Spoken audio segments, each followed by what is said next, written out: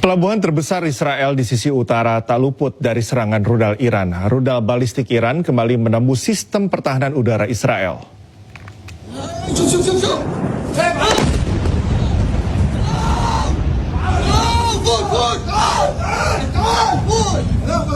Inilah detik-detik saat rudal balistik Iran mampu menembus pertahanan udara Israel di bagian utara. Kota pelabuhan Haifa yang menjadi tulang punggung ekonomi Israel terkena serangan rudal Iran. Belum ada keterangan resmi dari pemerintah Israel berapa banyak rudal Iran yang menembus Haifa. Otoritas tempat juga belum memberikan keterangan akibat serangan bertubi-tubi dari Iran. Namun dapat dipastikan Israel menderita kerugian material sangat besar dengan banyaknya kendaraan dan gedung-gedung yang rusak akibat terdampak serangan rudal Iran.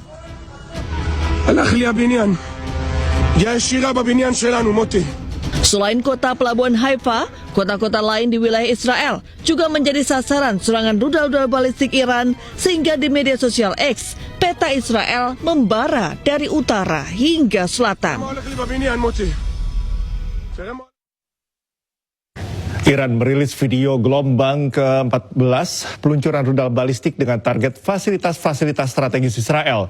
Iran menargetkan kota Tel Aviv dan Bir al-Shaba.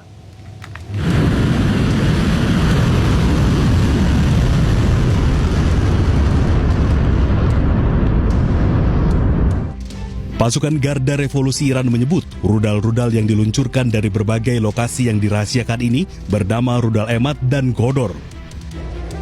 Kedua jenis rudal ini termasuk kategori rudal balistik jarak menengah dengan daya jelajah hingga 2000 km. Selain punya daya jelajah tinggi, kedua rudal ini juga bisa mengangkut hulu ledak hingga 1000 kg. Meski belum memiliki teknologi siluman, namun Iran mengklaim kedua jenis rudal ini memiliki sistem pemandu hingga berpresisi tingkat tinggi saat menargetkan lokasi lawan. Garda Revolusi Iran menyatakan kota-kota utama Israel seperti Tel Aviv dan Bir al-Shaba menjadi sasaran utama. Kedua kota ini merupakan pusat pemerintahan, militer, dan bisnis di Israel. Dengan sandi operasi Janji Sejati 3, Iran selama sepekan peperangan ini hanya mengandalkan serangan rudalnya. Mengingat pesawat-pesawat Israel jauh lebih canggih, sedangkan pesawat-pesawat Iran banyak yang ketinggalan zaman.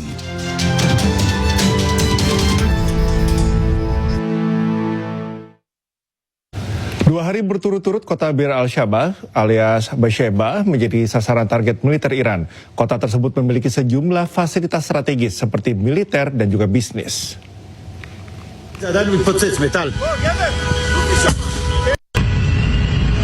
Kota Bir al-Shaba atau Beersheba kembali jadi sasaran rudal balistik Iran.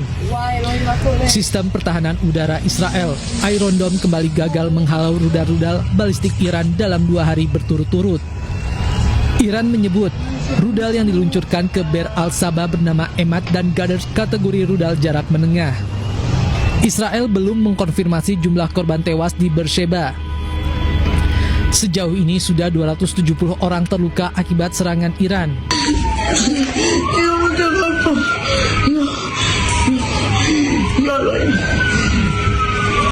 Serangan bertubi-tubi Iran di pusat kota Israel membuat warganya ketakutan. Sehari sebelumnya, kota Beersheba juga menjadi sasaran rudal balistik Iran. Rumah sakit militer Soroka, tempat dirawatnya tentara Israel yang terluka sepulangnya dari Gaza, hancur terkena ledakan. Iran menyatakan serangan tersebut ditujukan ke pusat komando militer dan kantor mata-mata Israel.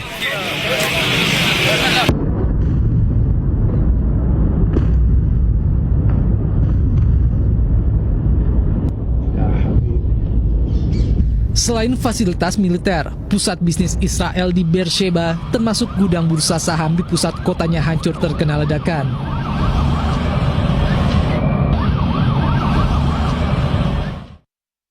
Setelah bertahun-tahun disimpan, untuk pertama kalinya Iran meluncurkan rudal Sejil ke Israel. Rudal tersebut dilengkapi lapisan anti radar yang membuat Sejil sulit dideteksi pada tahap awal peluncuran.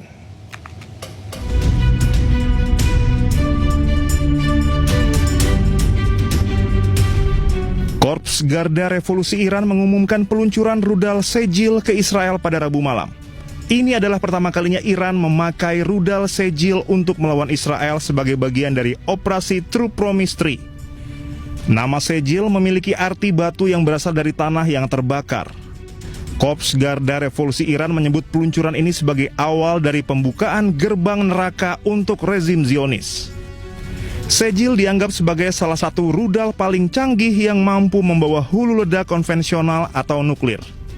Rudal ini tak hanya menjadi ancaman strategis bagi Israel, namun juga di kawasan Timur Tengah dan Eropa Tenggara. Dengan daya jelajah antara 2.000 hingga 2.500 km, Sejil mampu mencapai target dengan kecepatan Mach 12 hingga 14 saat kembali ke atmosfer dan Mach 5 saat menghantam target. Versi Sejil 2 bahkan dilengkapi dengan lapisan anti-radar dan akselerasi tinggi sehingga membuat rudal ini sulit dideteksi pada tahap awal peluncuran oleh sistem pertahanan rudal modern. Rudal ini pertama kali diuji coba pada tahun 2008 dan mengalami kemajuan signifikan pada versi Sejil 2 tahun 2009. Setelah 2012, pengujiannya sangat jarang memunculkan spekulasi soal biaya produksi dan jumlahnya yang terbatas. Namun setelah disimpan selama bertahun-tahun, akhirnya untuk pertama kalinya Iran meluncurkan rudal Sejil ke Israel.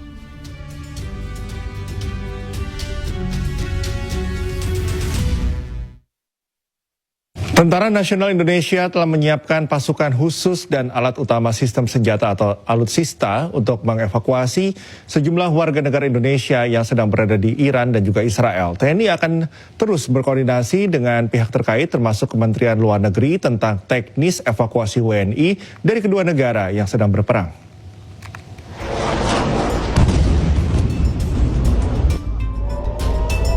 Tentara Nasional Indonesia menyiapkan 34 personel dan alutsista untuk membantu proses evakuasi warga negara Indonesia yang berada di Israel dan Iran. TNI menyatakan 119 warga negara Indonesia yang berada di Iran dan 11 WNI di Israel telah bersedia untuk dievakuasi. Hal ini menyusul meningkatnya eskalasi perang yang mulai menyasar warga sipil di kedua negara tersebut. Kepala Pusat Penerangan TNI Majen TNI Kristome Sianturi mengatakan prajurit yang tergabung dalam Crisis Response Team rencananya akan diberangkatkan ke Iran dan Israel melalui jalur darat. Namun hingga kini TNI belum bisa memastikan kapan tim akan diberangkatkan. Nanti kita menunggu dari Kementerian Luar Negeri ya. TNI sifatnya standby, menyiapkan prajuritnya, melengkapinya, sehingga nanti apabila memang dibutuhkan ya kita siap untuk membackup itu. Yang jelas kan sesuai dengan pernyataan Kementerian Luar Negeri bahwa evakuasi hanya bisa dilakukan lewat darat. Nah, tentang rutenya nanti kita akan tentukan oleh Kementerian Luar Negeri sendiri. Berdasarkan data dari Kementerian Luar Negeri, saat ini sebanyak 578 WNI berada di Iran dan Israel. Dengan rincian 386 WNI berada di Iran dan 192 WNI berada di Israel.